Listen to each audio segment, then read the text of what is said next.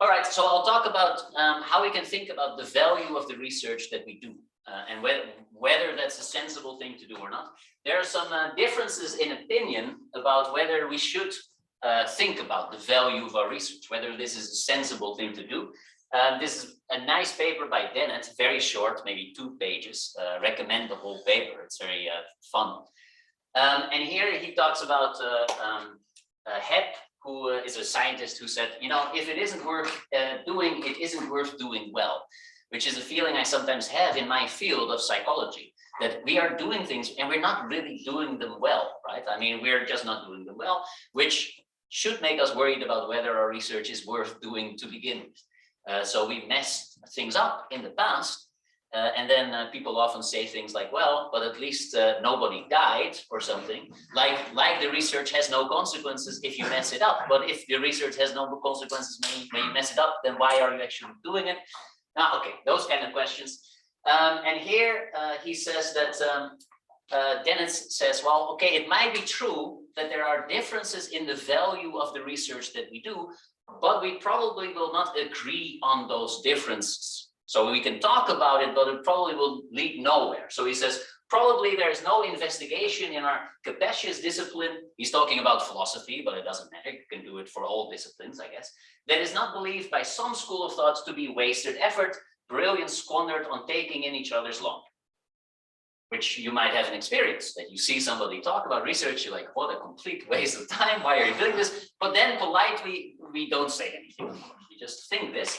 And he says, all right, because there's also no solution to this. We have these thoughts, but we won't agree on what these projects are. So he says, voting would not yield results worth heeding. So democratically deciding what we should do isn't going to work. And dictatorship would be even worse. So somebody decides what everybody else did would be even worse.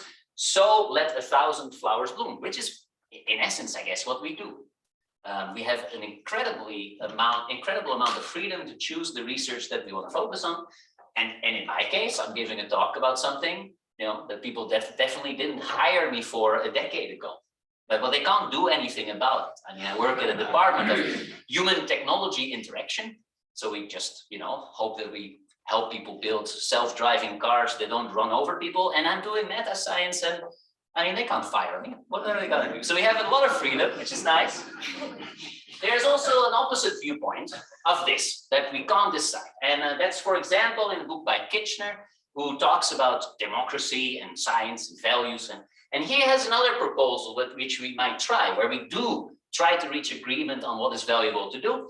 And he talks about a well-ordered science. So not the chaos that we have now, where everybody decides their own thing. He says, in order to use the analogy, well, maybe the second sentence, let's conceive of an ideal inquiry as divided into 3 research phases. At the first phase, decisions are made to commit resources, such as investigators and equipment, in particular amounts to particular projects. So that's how we start, which is, by the way, an interesting question, right? Do you know how the Dutch government distributes money to, for example, social and humanities versus physics? Do you know how it decides how much everybody gets?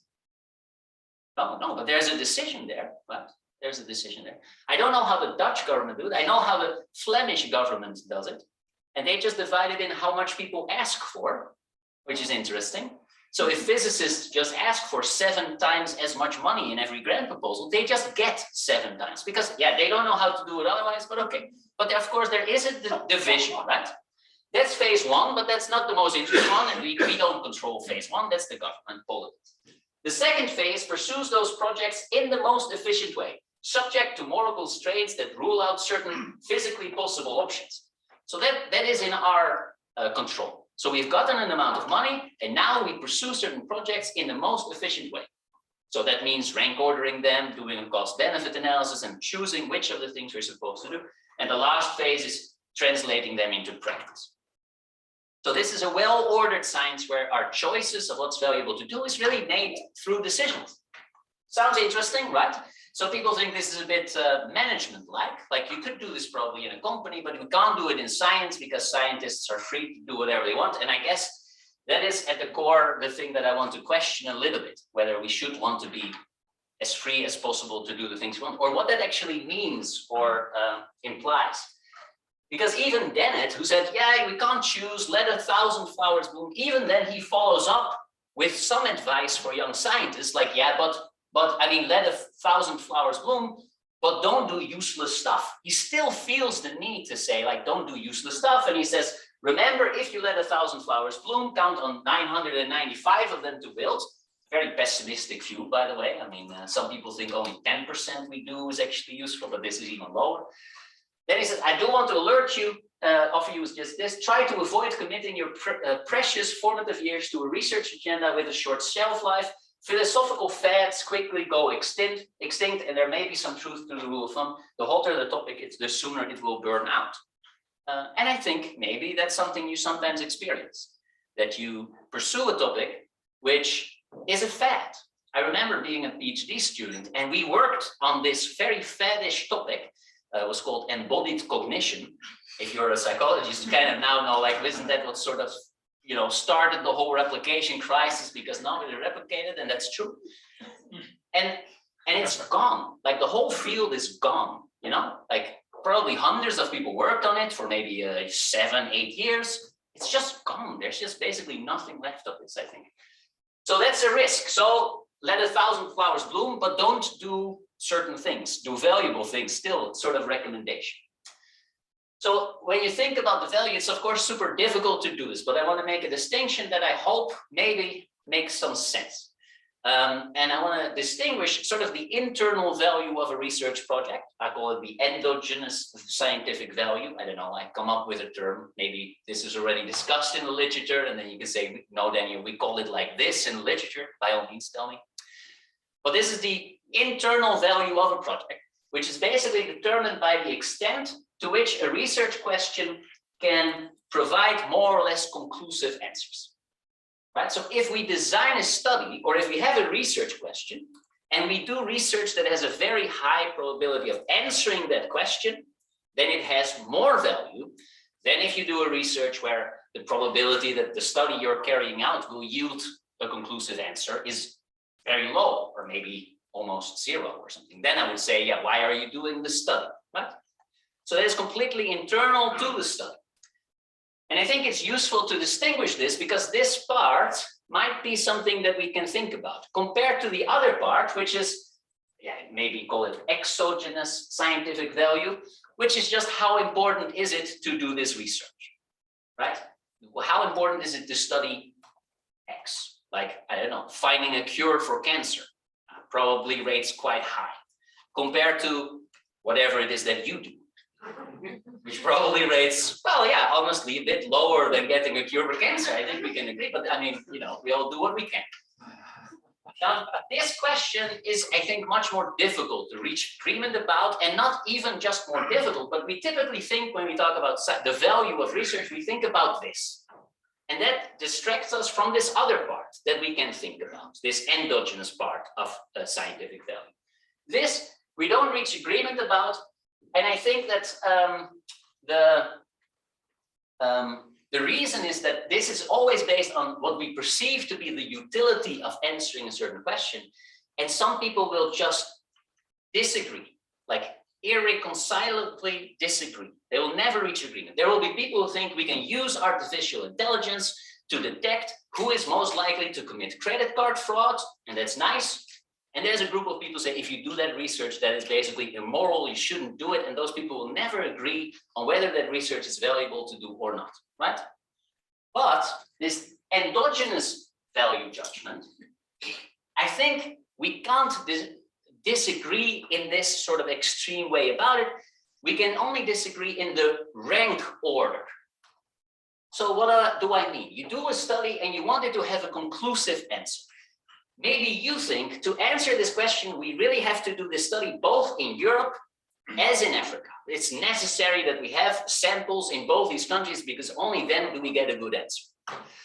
Someone else would say, yeah, that's important, but it's also important that we first develop a very good measure, and then we go and test it somewhere. So we first develop the measure. There's no disagreement that both these things are probably good. There's only a difference in ranking. And some people might say, well, we first definitely need to do this and then this. But it means that if we have enough resources, people would actually agree on doing all these things. If you have infinite resources, people would say, let's do all these things. So here there is still subjectivity in the value of these studies, but in a less extreme sort of conflict where we rank order these things, and we might differ a little bit in the rank order, but then again, if we pick out 5 things that we want to do, those might overlap among most people. That's the idea, I think. So let's apply this basic idea of thinking about the value to studies. My former PhD student, Peter Isager, who now works in Oslo and is an assistant professor there, worked on thinking about the value of doing specific type of studies in a very narrow domain, namely in the choice for a specific replication study. And as Lex just mentioned, the Dutch science funder came up with this great idea to fund replication studies. But then you have the question, okay, so which studies should we fund? Right? It's a new category of findings. We can replicate everything, and actually there's a huge amount of stuff that probably deserves replication. So where do we start? So in his paper, he thinks about, okay, how can we develop a model to determine the value of a replication study? And the main thing here is that you think, okay, what is the value of collecting this data given a certain amount of uncertainty about the finding and a certain amount of interest in the finding? Those are the 2 key components that he talks about. So there is a certain amount of uncertainty. There's a certain value, interest, I would say, like the value of knowing this thing. And before we do the replication, there's an amount of uncertainty, which together determine the replication value of this study as a function of the expected utility gain. So we have a certain amount of expected utility of knowing a certain source of information now. For example, we know that this intervention seems to be quite promising in getting people to stop smoking. Now that's useful because that means we apply it, but maybe we also have some remaining uncertainty, and doing a replication study would really increase our certainty in, let's just roll this out everywhere, right? So this information gain that we can get from a replication study, that's basically the increase in expected utility. And of course, everything costs something. So there are costs, it takes away part of our resources. Now, the second part, after we perform this replication, then we still have a certain amount of uncertainty left, but there is and a certain expected utility after replication. So we know a little bit more. Now we know a little bit better how much this intervention is likely to work. And we have an expected utility gain. The expected utility gain is all because we don't do the replication yet, right? So when we decide what to replicate, we think, what is the expected utility gain if we do this? Why is it useful to think about expected utility gain? Because otherwise, for example, you might think, well, the Stroop effect, if you are a psychologist, this with the colored words where you have to read the ink of colored words, and it's difficult when they don't match up. That finding, it's a very important finding. So you might think, oh, let's replicate it, except for the fact that, I'm willing to bet my right hand that it replicates. Like we know it more than anything that we know in psychology that replicates. So we don't need to do an additional replication study, right? So there, the gain in expected utility gain is 0 of doing another study like that, right? So, all right.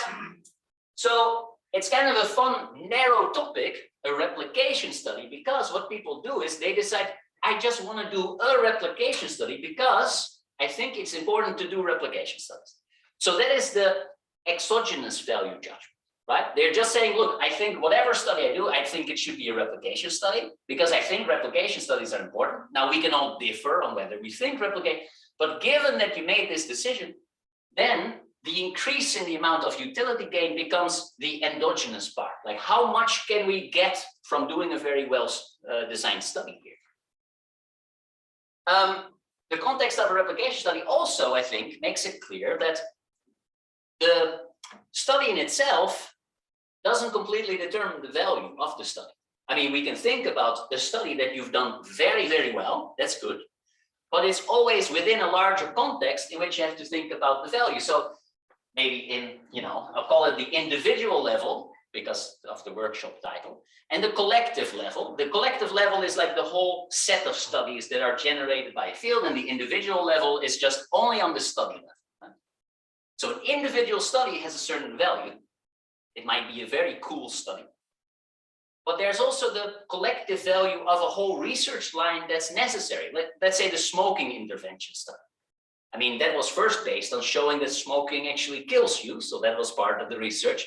And then research on behavior change, and then a specific smoking intervention, right? So all of this research is sort of needed to yield a certain outcome. And yeah, that's a collective research line. Like a single study doesn't answer a question. So there's a broader context.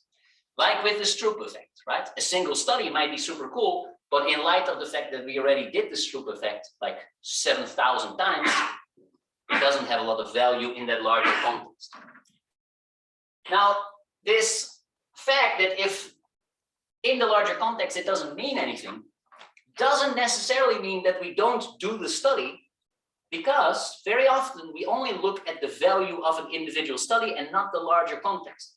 Seems a bit weird, but I'll give you an example in a couple of slides. Yeah, a couple of slides. I'll have an example where this happens. Another example of where the context matters is in this focus on innovation, for example. If we do a lot of innovative studies, but we then not continue with them and really make something with it, yeah, the individual study is really cool on the individual level, but on a collective level, they might have no value whatsoever, which is nicely explained in this quote by Ottoline Leiser. So she also complains a little bit about the focus of funders on groundbreaking research, and says there's an awful lot of talk about groundbreaking research, which I find an interesting comparison, because groundbreaking is what you do when you start a building. You go into a field and you dig a hole into the ground. If you are only rewarded for groundbreaking research, there is going to be an awful lot of fields with a small hole in it and no buildings. And this is exactly this distinction between the value of an individual study, which can be quite high. It's a cool finding. We are excited. We talk about it. We mention it in the bar. But then there is no building, right? There's nothing that comes out of it. So this endogenous value has an individual level and a collective level. Individual level is a single study, very well done, cool. But also the collective level, how does it fit in the larger field of stuff that we do? Now, you'd think that most scientists do stuff that is useful, right? Or that they think is valuable. But that's, I think, not always the case, because some people are, for certain reasons, stuck in a situation where they do individual studies that are okay, but this more collective level, they know is never going to happen. Like, no value will come, there's no building. They're only doing holes in the ground. So it's true. I mean, I have a lot of Twitter followers, which is very useful. So I asked on Twitter, like, in 2020, when it was the pandemic and we were all sitting at home and not talking to anybody, we were not having fun meetings like this. I asked, like, who is doing research that they think has no value whatsoever? I mean, you get paid, of course, that is valuable, but your research lacks any value whatsoever. And 12 people said, yeah, that's me, basically. I do research and it lacks value. Like, it has no value whatsoever. So I thought, okay, let's talk about why this is the case.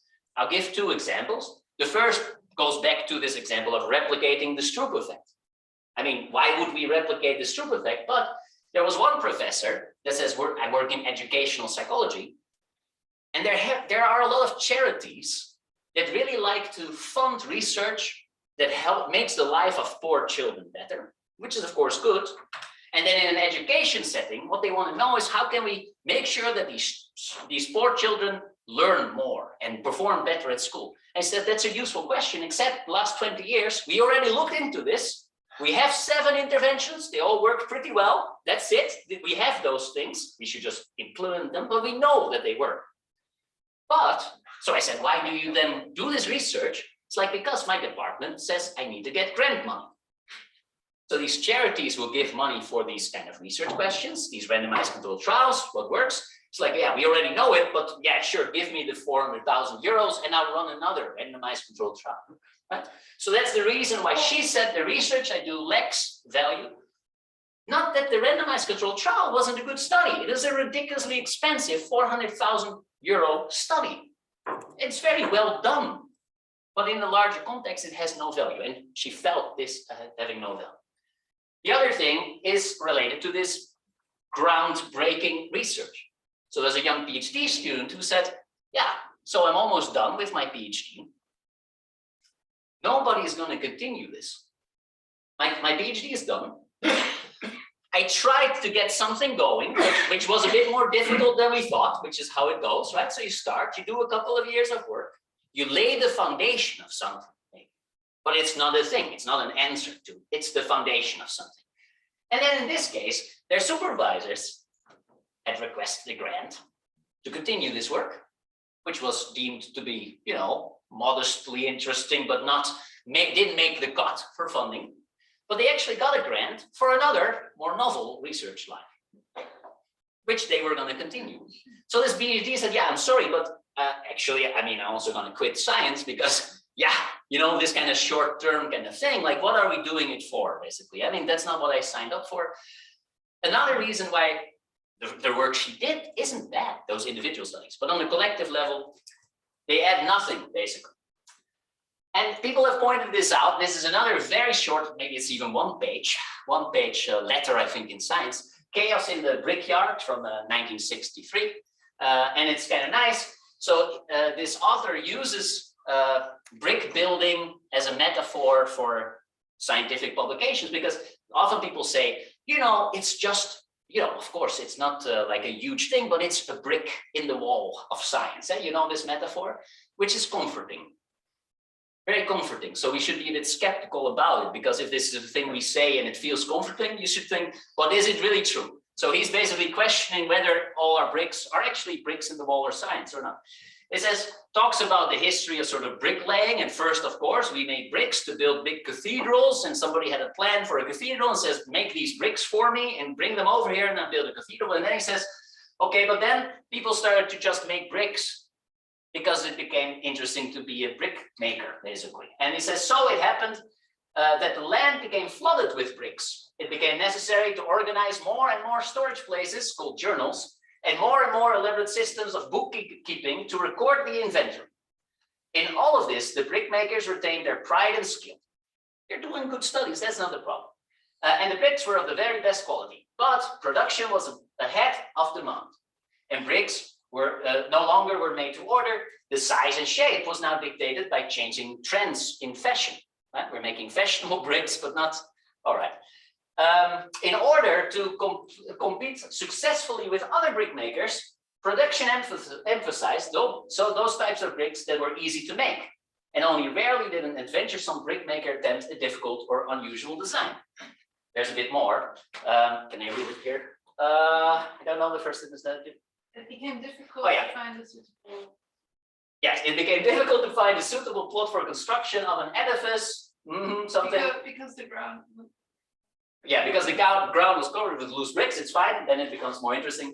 It became difficult to complete a useful edifice because as soon as the foundations were discernible, they were buried under an avalanche of random bricks. And saddest of all, sometimes no effort was made even to maintain the distinction between a pile of bricks and a true edifice. And that's the problem, right? So we make bricks and now it has become a thing in itself, but it doesn't lead to anything anymore, not an edifice, right? Now this, I think, is a challenge that you might recognize, you know, because we are brick makers, right? We're not the architects or something, we make these bricks. And this edifice also requires that a lot of other stuff happens, which is not under our control. We don't all do this. For example, in my field, in psychology, we typically need a couple of things to be done before a finding becomes established and useful. For example, because we measure those vague things like happiness, we need a good measure to actually measure this vague concept of happiness. I mean, in physics, people also need to learn how to measure things, so that's the same. But so a lot of time is invested in making a good measure. Then we typically explore boundary conditions and moderators of an effect before we're happy with claiming that something is the case. We might test the generalizability across different situations and contexts. And you know, if you're a PhD student, you recognize this. You have this plan for your last chapter to do this real applied field study, which we never, you know, that's always the thing, regrettably, that we have to cut. due to time limitations. We never really make it. But we always start out with a plan like, no, but we're really going to make the world a better place by showing that it works in practice. But we need to do those things, right? All these things need to happen. And because we can't do all of this ourselves, it's necessary to have at least some level of coordination. There have to be some applied researchers that take up our idea and go test them, or there need to be some psychometricians that help us to develop a very good measure, which can take years. You can't do it in your PhD by yourself. So this certain level of coordination is necessary for the edifice versus the pile of bricks. Or we hope magically that it turns into an edifice, which is, I think, wishful thinking. But so we only control the individual endogenous value of our study. We can do a very well-designed study. You get applause from the peer reviewers, or if you mess this part up, they will, criticize you for it. Fine, but that's the part we control, and we don't control whether this just is a brick or whether it becomes an edifice, basically. And this also is really a sort of chicken-egg story sometimes. Like making a measure takes a well-developed measure takes a huge amount of time and effort. But who's going to invest all this effort if the measure is not used widely? But how can a measure be used widely when it is not validated? So, I mean, how is this even supposed to work, right? I mean, you can't even, that doesn't magically emerge. It's not possible. You have to plan, we're going to develop a measure and maybe do already some work, and together we get there 4 years from now. Like you can't do the one without the other. It's a chicken-egg story. Nothing's going to happen. So we have to coordinate research in some way. That's, I think, what you need to do to get collective endogenous value. Research lines that really answer questions, I would say. And then people often say stuff like, well, we don't have top-down management, so it sort of stops, right? We don't have this, regrettably. It's just not the way that science works. I think that's a bit too extreme, because there are people who are slightly, well, let's say, realizing that you need some level of coordination or you don't get anywhere. Not my field, not psychology.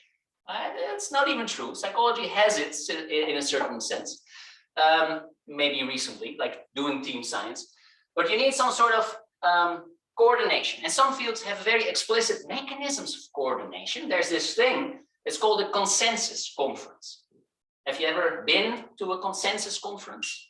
Yeah, because your background is exactly the field where this is done, basically. So anything health, broadly health related in some way has consensus conference. That's where it happens. But anybody in another field ever attended a, no, maybe I should ask, have you ever attended a meeting where people were fighting like crazy about something? That happens a lot more. I mean, this is my field. There's a lot more place for fighting in conferences than consensus. But the goal of these consensus conferences, first, they was actually organized by NIH in the US, because they thought, okay, come on, people, get together and get your shit in order, basically. But then people thought this is so useful. Now they're self-organized. I'll show you a couple of examples. So this is from the OMARECT. I have nothing with this. This is rheumatology. I don't have anything with it, but it's an example where they say, look, since 1992, we aimed at improving outcome measurements in rheumatology. We do this by having an executive committee that organizes every 2 years a consensus conference. And during these meetings, there are data-driven recommendations about best practices or the available evidence. There are expert working groups that do things like developing a core set of measures for most of the major rheumatologic conditions. And Hannah was complaining about the sorry state of measurement in your field. That people were using all these different measures and you couldn't really do what you wanted to do. And that's exactly the problem you get without coordination. You get a mess, and a well-intentioned researcher is like, okay, I really thank you for collecting all this data. That's exactly what oh no, damn it, no, because you messed it up. And they don't want that in this field. So they get together and say, okay, let's develop a measure together.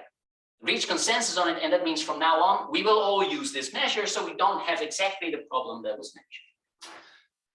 They often do three things. First, they reach agreement on the available evidence.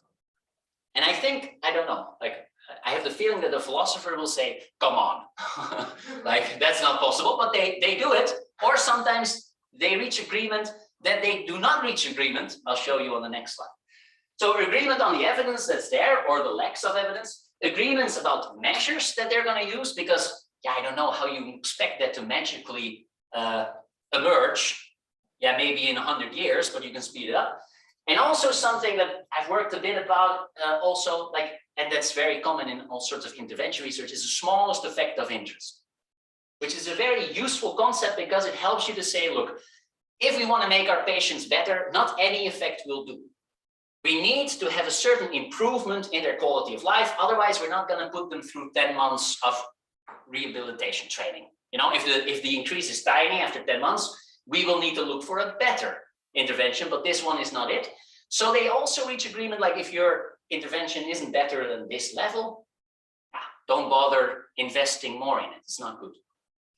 And this has a lot of good benefits for designing new studies that are highly informative, for falsifying, for quitting research lines, those kind of things. So this is a more advanced step. You also need the measurement skill to have wide agreement before you can then determine that other thing.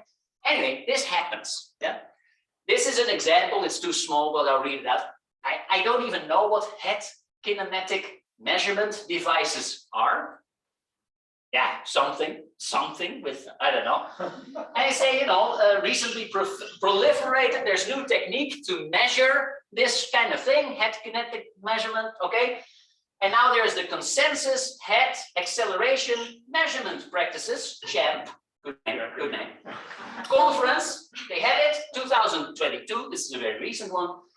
And they created basically, they have a couple of papers with the methods that are used for the consensus process. They have checklists to increase transparency, and also best practices for measurement, basically, in this field. They're like, okay, come on, people, this is what we're going to do.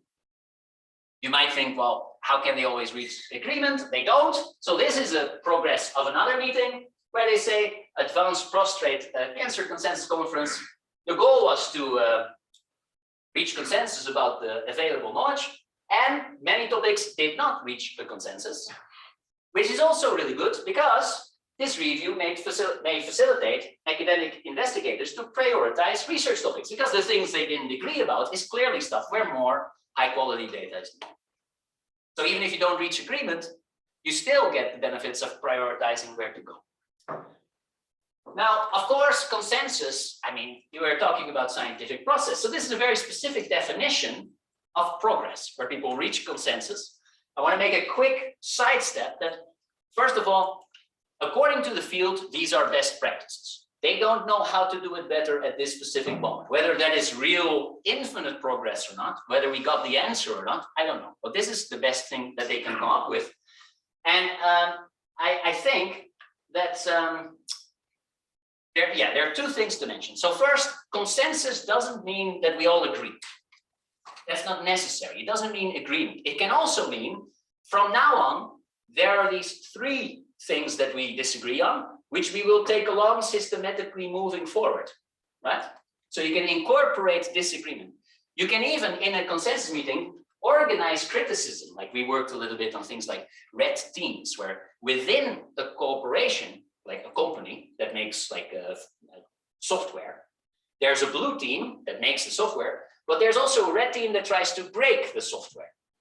Right? So when we think about consensus, it always feels like what you mentioned yesterday, kumbaya kind of atmosphere, but that's not necessary. You can also have internal fighting, but you have a system in which you will make progress because you all agree on the things that sort of need to happen, I guess. You can also build in systematic variation. It doesn't mean that consensus means you only do one thing. You can say, okay, from now on, we'll do these 7 variations.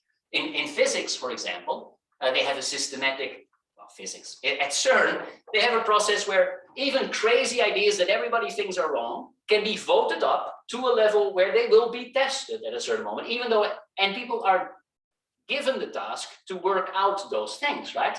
They don't think it's true. They work for 4 years. They say, yeah, okay, this wasn't true.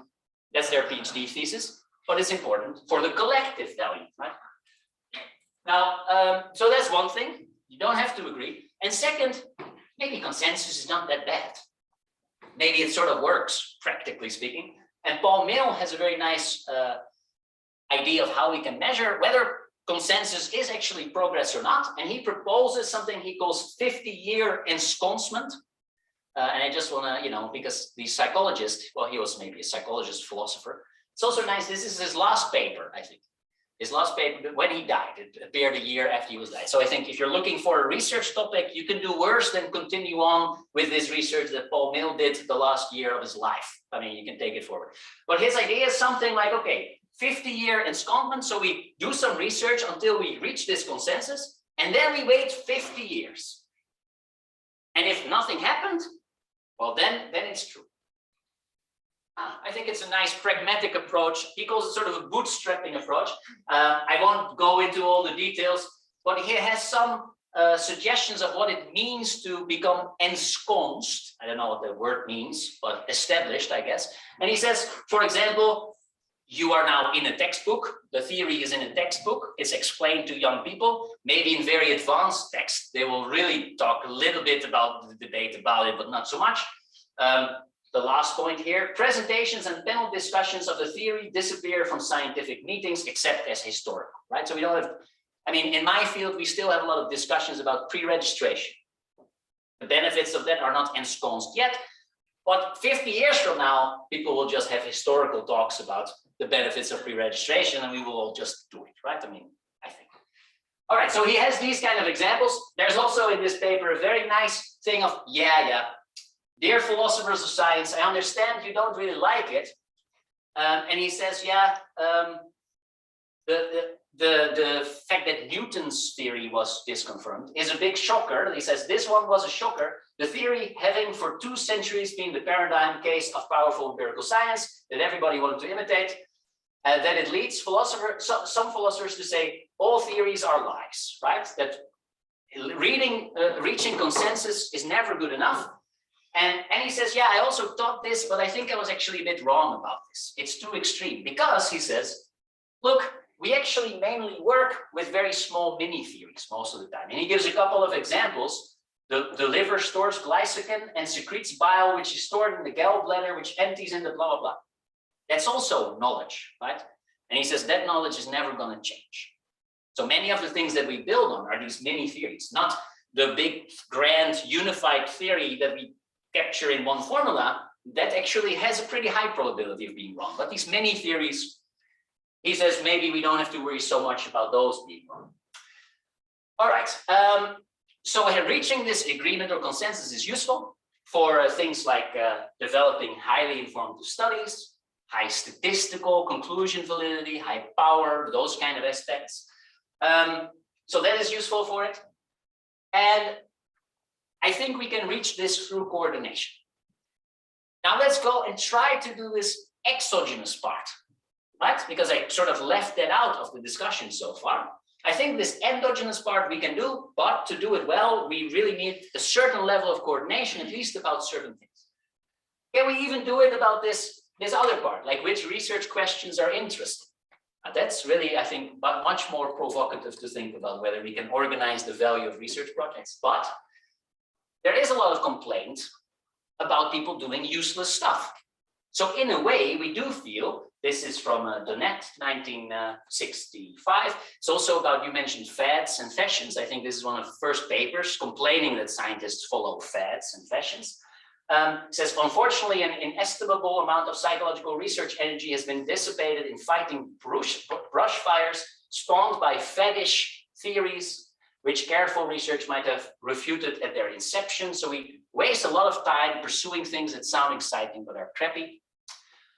So the question is if you can actually do this. And I thought, well, let's just ask people. Let's ask people if they think, like, what happens if you ask scientists? So then it thinks, you can't do it. You can't ask scientists about it. So we had a master thesis project and we just asked some researchers at Eindhoven University and Wageningen University, 2 Dutch engineering universities. What do you think is the value of your work? So we asked them, do you think your research is important?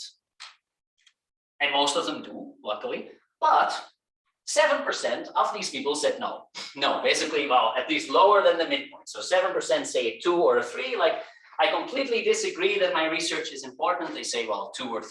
So they don't really think their research is important. I don't know why. This is like the really first bad. I I'm not saying this is good measurement because we didn't do it. We didn't do it yet. But okay, some people think, I mean, same as with these interviews. There are some people who really do seem to think my research is not very valuable. Honestly, I think 7%, this was only staff. We didn't even PhD students, but I think the percentage might be a bit higher there sometimes. We'll see. Anyway, what's interesting is, of course, people also say, well, there are more important research areas than my own. Oh, okay. You know, I mean, maybe you thought everybody thinks that what they do is the most important thing. They don't. I think we also know this. I don't know if you know this question by Richard Hemming. He used to like to go to conferences like this and then walk up to people and basically ask, what is the most important open question in your field and why are you not working on it? Because I think it's true, right? There are sometimes things we do because that's what we got our PhD in. Just that was pretty random, but this happens to be the thing we do. And you know, switching cost is super high. So yeah, some people do things and they're like, well, this is not the most important thing to do, but for my own career, this is now the thing I'm known for, so I have to do this for a while. There are all these reasons why we don't do the thing we think is most important, maybe, okay? And then we ask, do you think science could be, there's one other question, science could be organized in a way that the work of scientists would have more impact and value?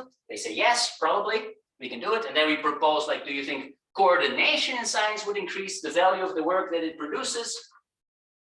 And they say yes, basically, right?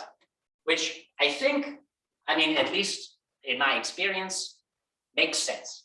Because we have this brick problem and not everything translates into something meaningful. So a lot of people, I think, again, these are a couple of questions to some scientists in the master's thesis project, so let's not get carried away by what it means, but I think it makes sense at least that some people will say, yeah, coordination will probably improve the value of our research to a certain extent. Now, you can, of course, have good arguments that people should be able to choose whatever they want, but there are some consequences of this freedom. You know this. If you have the power to choose any research topic you like, there's also some responsibility. It's a Marvel movie Spider-Man quote: "With great power comes great responsibility." So if you have the complete freedom to choose to study whatever you want, there are also some responsibilities with this. And one responsibility is that now you're basically limited in what you can study by your individual resources. That is a big limitation for many people in my fields. There's only so much you can do by yourself. And I sometimes ask this question to people. I think it's interesting, but I think there's a difference. I'll read it out, otherwise I mess it up. There's a difference between the 100 most valuable research projects that a researcher can do and the most valuable research projects that 100 researchers can do. So sometimes I ask, think about what you're going to do for the next decade and what 100 or 99 of your colleagues are going to do. And you're all going to work for the next decade. And now think about, you're in charge of these other 99 people. Now what are you going to do for the next decade? And those things are not the same. And often people can, they become a bit more hopeful with the version where they actually can get with 100 people together and move. Then I think, okay, now we get shit done, basically. All right, so then it thinks that a vote wouldn't work, but I think it's worth exploring this. That's not too crazy, I hope, right? Maybe we should just talk about this for a bit, because I think the benefits potentially in some places can be quite big. I think scientists might recognize that they can be quite big. So how about we try this, and not in the way of, like we saw the presentation, evaluating research projects is a bit of a mess. But maybe we shouldn't necessarily let everybody come up with what they can do on their own little individual research project and that, but we can think about a slightly different way to come up with which things do we need to do. So you get those 100 people together, like at these consensus conferences. You say, give us 5 things that we should do in the next couple of years. And they will reach, I think, more agreement than in the evaluation of grant proposal, I hope. Maybe not. Then this is wrong. Then this doesn't work. That's also fine. But I think they might. And we have all these tools for this, like multiple criteria decision analysis. I mean, you can make decisions in a more systematic way, which requires determining attributes that we value. Now we have a lot of people saying, replications won't improve science. We need theory. What they are saying is there are at least 2 attributes that are useful for science: replicating things and having theory development. Okay, not very weird. 2 attributes that are important. more interesting question is how much money goes to both of these things. I mean, I think it's rare that somebody will say zero money to replications. I mean, just statistically, we need a couple of them. But it could be that people say, well, in our field, really 90% should go to theory. Might be that people say in our field, 100% needs to go to replications for a while. I don't know, but people can weigh these attributes for a certain amount of time. And I would be very curious what happens if we actually ask people. I mean, of course, you have to confront the possibility that if you start to talk about the value of research, there's this small annoying consequence that you might have to admit that what you are doing is not particularly useful. It might also be very liberating to stop pretending like what you are doing is the next super important thing and just say, well, you know, I have a very good friend who never liked this part and always says, you know, I don't care, but I love designing really rigorous experiments. So someone else can tell me what the important thing is to do, and just tell me, give it to me, and I'll do it, you know? But if you would force this person to come up with their own research line and say, this is really important because, no. And I think some people are close to this, where they have to feel that they, yeah, make their stuff more important than it is. So maybe it's liberating, maybe not, we'll see. I mean, it's interesting to think about. And then, so this is just pragmatic. This is just all pragmatic. It would make things nice, but as Vincent yesterday said, like Daniel, you're sometimes a bit activistic. So, I mean, it's true. So I have to end on a moral note. And I think you could even argue that if we really believe that there's this big difference between this pile of brick and this edifice, and we're not going to get there without coordination, then not coordinating is a form of research waste. We know that we are not being efficient, and we are just wasting, yeah, a lot of the stuff we do due to lack of coordination. And then I think you could say, well, okay, if not coordinating is a form of research waste, then maybe we have a certain moral responsibility to coordinate.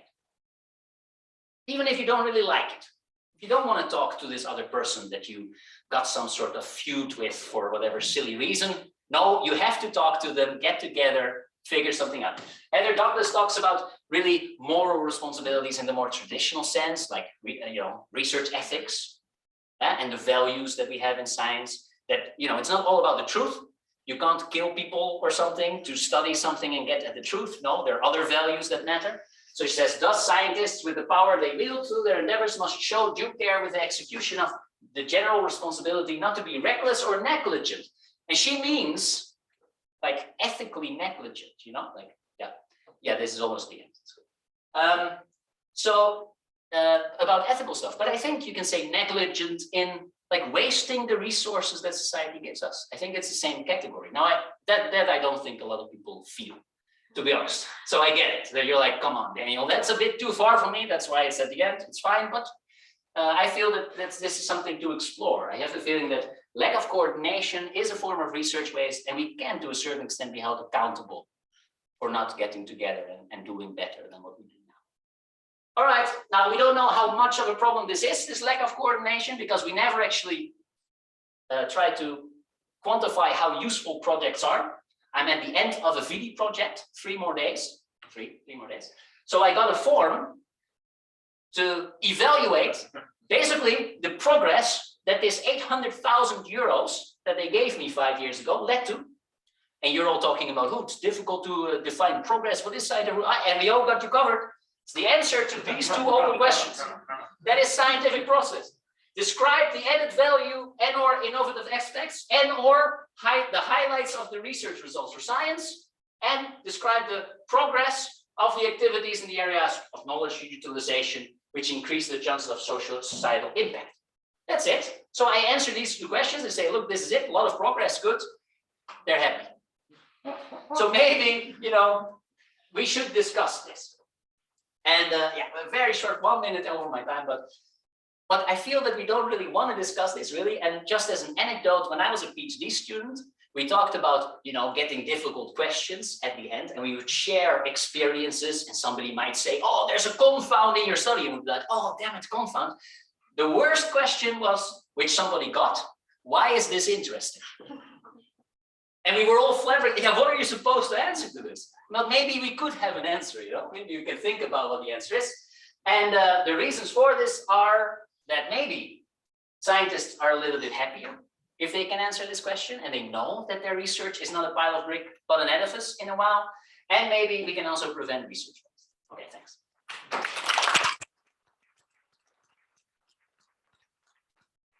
Well, thank you a lot, Daniël, for this interesting, provocative, and also engaging presentation.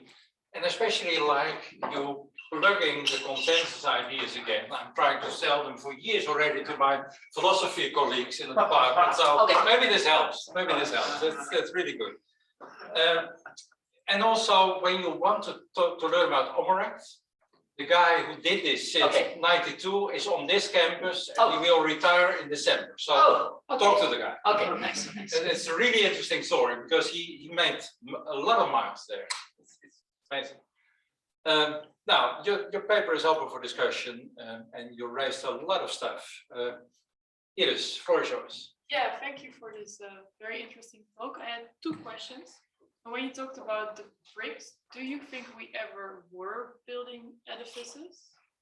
Oh yeah. And the second question is, so you talk about science, but I also wonder if you think this was for, well, Lex alluded to it, for the humanities, for philosophy, for where actually I think we're not building edifices, but looking at things through different perspectives, where it's not so much about brick building. Yeah. Well, first of all, I mean, we build a lot of bricks. Sometimes I'm a bit pessimistic. In some ways, as a meta scientist, you become pessimistic because people send you all the shit that happens, basically. So you see a lot of shitty stuff. But sometimes to counteract this, I just open the recent issue of some journal that I like my background's in cognitive psychology, and I read some of those papers, and then, they're pretty well done. And in that field, there are a lot of theories that are being tested, which really have given very useful insights about habit formation, which we can really apply up to the level of computational models to try to make people lose some weight or do other healthy behaviors, which is very difficult for other reasons, but at least creating a habit, a healthy habit, we know about it a little bit from literature on learning, which is an edifice by now. So, or if you study something, we know a lot about how people learn, and you probably give your students advice, and all that's quite, okay. So there are some edifices there. The second part about the humanities, I say science, and I don't really know where these things apply most. My background is in psychology, there definitely applies, and I think in social sciences, like empirical sciences, you see these same issues pop up and again. There are fields where you can get really far individualistically, right? So, I mean, that's completely, for example, there are some physicists who really don't like other people. So they don't want to go to something like CERN. They want to sit in their office. Somebody buys them a high-speed camera and they measure plasma, which is hip and happening. And they just measure plasma drops falling in their office, and you can do all sorts of cool stuff. I mean, so it's fine. This perspective thing, I don't know how much it depends on the work of other people, how much it builds. Like if you really have monographs that stand on their own, basically, it's a unique, nobody else looks at this, but this is your view on this specific thing, then it might be less of an issue, and that's also fine. So if it doesn't apply, it doesn't apply, it's fine. Yeah, this is more to help people for who need this, but don't have it, but if you don't need it, then it's also fine, but I can't judge. Yeah. So I want to get your opinion on this thing that happened here in the Netherlands, the National Research Agenda.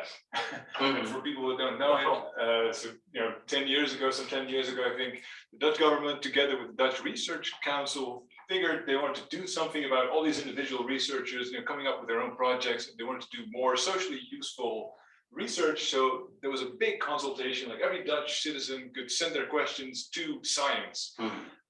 And then they had a committee of experts sort of sort through all these questions, and as you might expect, some pretty wild questions came in and some other very good questions. Anyway, so this group of experts then sort of sorted all these questions into what is now called the Dutch National Research Agenda. Well, I mean, it's a kind of coordination mechanism, right? Yes. So what are your thoughts? So I think the idea is nice. It's a very sympathetic. It's a good idea. It's a good idea to get ways to, because it's about self-organizing, right? That's the central thing. I mean, they were already getting collectives of people to do certain things top down, but this was a way to try to make it bottom up. But there is a report, I don't know if it's public yet, but I read it, an evaluation of it, which is very let's say, not very positive about how it worked out, which is the experience of most people. Yeah. I think you have to do it in a different way, and getting coordination from the ground is ridiculously difficult. I'll give you another example of how it works in Eindhoven. There's something called the Eindhoven Engine, trying to do exactly the same. Eindhoven Engine brings different parties together, transdisciplinary research. There's a specific person that just goes around for a year, starts with all sorts of companies and societal partners. That's the starting point. They talk for a very long time. Societal partners have some problem. They talk to a lot of companies. Do you think you can add? And only then do they find some scientists who actually have some relevant expertise. And then they see if they can bring these people together. And they seem to be having quite some success in getting people together. So the process of how you get this might not need to start with the scientist, but maybe that's too extreme. But I think maybe as scientists, we should be looking for, oh, where can I contribute? And not what do I want to do? Because I don't know if we know what these big problems are. Anyway, but so the mechanisms through which you get it, that's the key. And the NVA failed, and the report will be quite harsh about it. Yeah. Understandable. There was a question there. Yeah. I am, of course, reluctant to speak about my research field now, for obvious reasons, but I kind of have to, because to give some context to my question. So you mentioned the problems with measurement, and this is one of the main aims of the project in which I'm working, is to improve measurement in general, but mostly to improve measurement standardization. That is to bring people to a stage where they're really talking about the same thing when they say, for example, depression or risk behavior, stuff like that. And I was wondering, you mentioned these consensus conferences, which I find very, very interesting.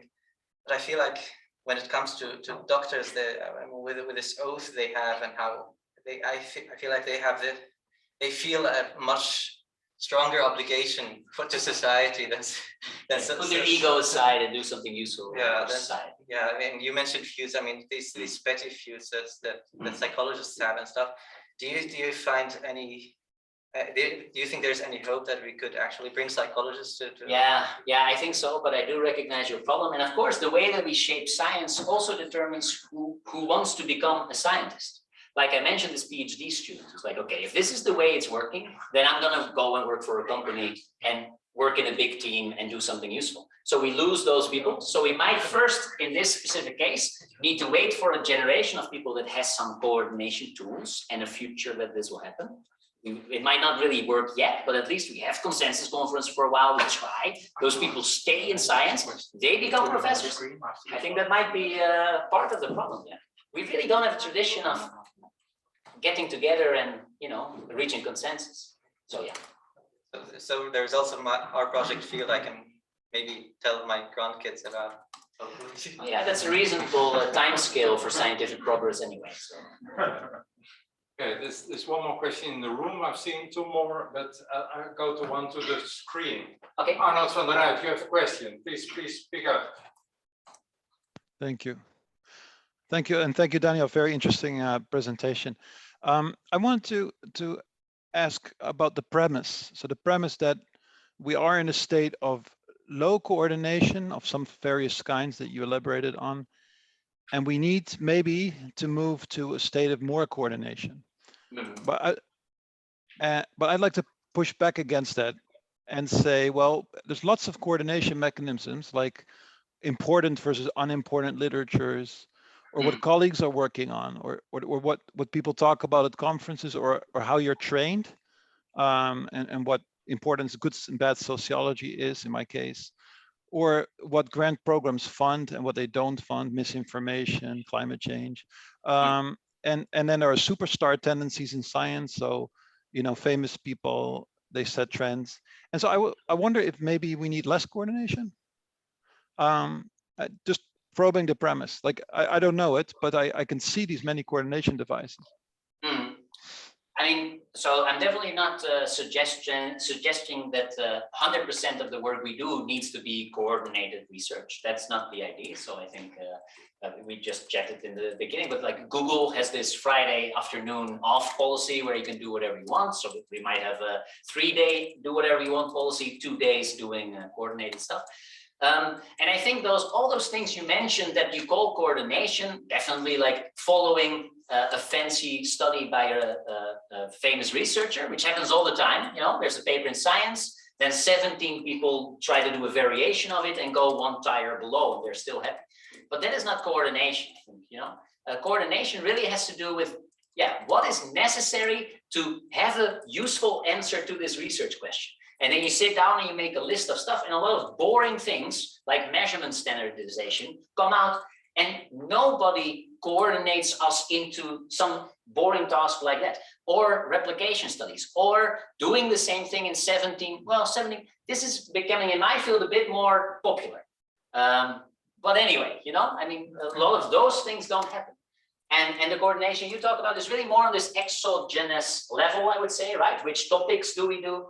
There, I really don't know how far we can go. And there I would be much more sympathetic to, try all sorts of different things, basically. You know, I think there I don't have good recommendations. Thank you. Go ahead. Daniel, thanks very much. I'm in favor of coordination. People, you know, put this. The hard sciences develop, of course, by coordinating, but also by coordinating on paradigms.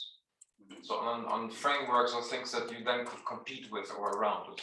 So in that respect, the behavioral sciences seem pre-paradigmatic.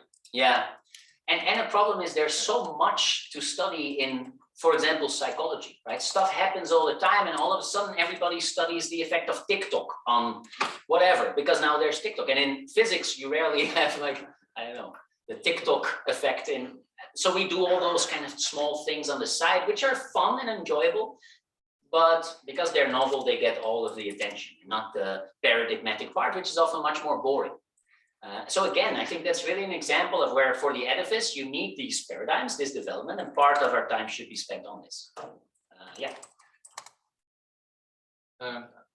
You were the next one, please. Yeah, thank you. Very, very inspiring. Made me rethink what I want to do, because I just moved out of the space where I did my PhD. Okay, I'm done. It works. It works. Okay. You know, that's my value. I mean, I'm done. That's useful. Yeah. No. I mean, integral contact research in social psychology is one of these fields where individual studies are great, but add very little to the overall paradigm because the basic things are established. Everyone uses their own measures for both predictors and outcomes. And I think this kind of consensus would be extremely useful. I've started to wonder whether it's how to think about it in a field where there are so many different outcomes we might care about. So I understand that in a medical field, we care about survival, there's a minimum factors of interest, something like that.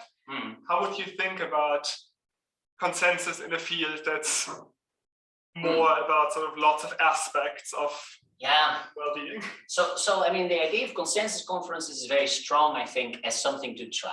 And if you're a young researcher like yourself, I mean, making that a research project, you know, one of the things you do during your whatever next 3 years, it has a lot of benefits. You can get all the famous people together, they all get to know you, stuff.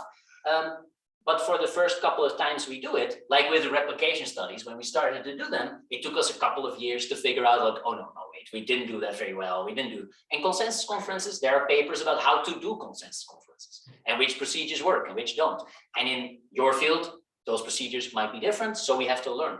But I think getting everybody together, and it starts with listing all the things that are there and then discussing them.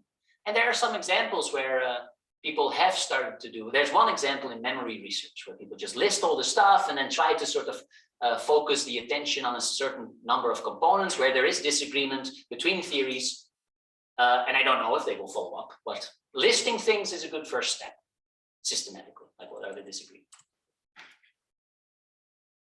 An ultimate, and then to the next question. Please keep it brief if you can. Yeah, so I just want to mention one coordination mechanism you also brought up, namely big science projects, and you brought up CERN as this successful, beloved big science as a coordination. But we have also multiple other big science projects which fail in coordination, and this aspect of coordination is forgotten, and there's a lot to learn from other big science projects as well. Yeah, also, there's like hierarchical structures that are driven by coordination and so on. Yes, I mean, and even in CERN, I know that there's a lot of politics, for example, you know, and you get that, of course, when you start to coordinate. That has all sorts of costs. So it's not all nice and great. And probably in some fields, in some fields, the politics kill the whole thing, maybe, or whatever, you know? Yeah.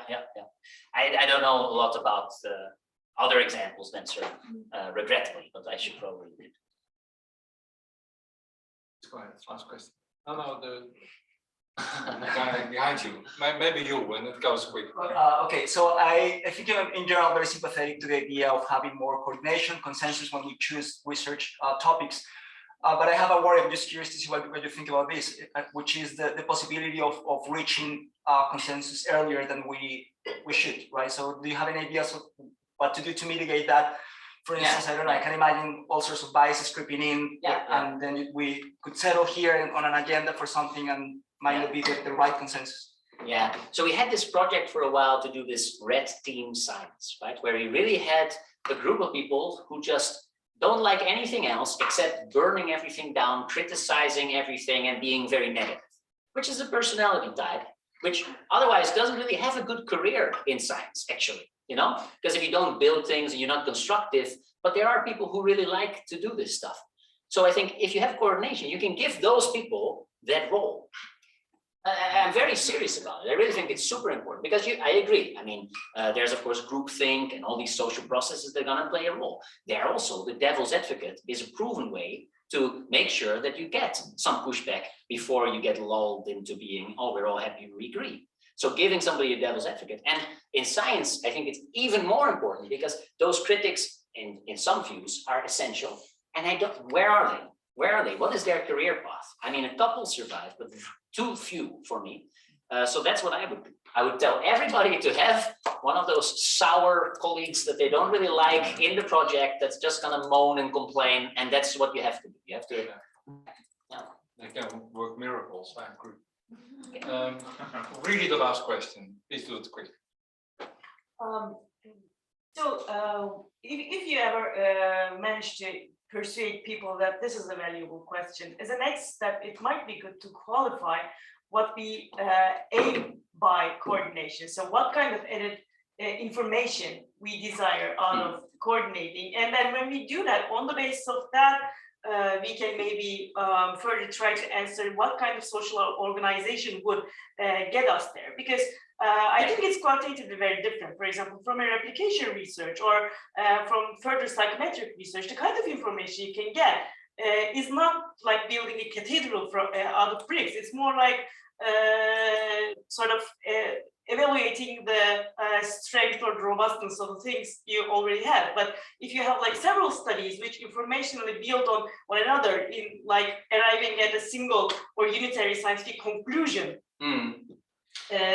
then it's a different thing. And I don't always mean unitary scientific conclusion like the big grand theory, but also all the several components you need to get to an intervention that works in practice in a context. And there, it's not really one theory, but it's like 17 things you have to have in place before you roll out your intervention.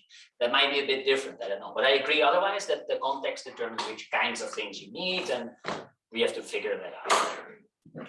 Well, thank you very much again for this wonderful presentation.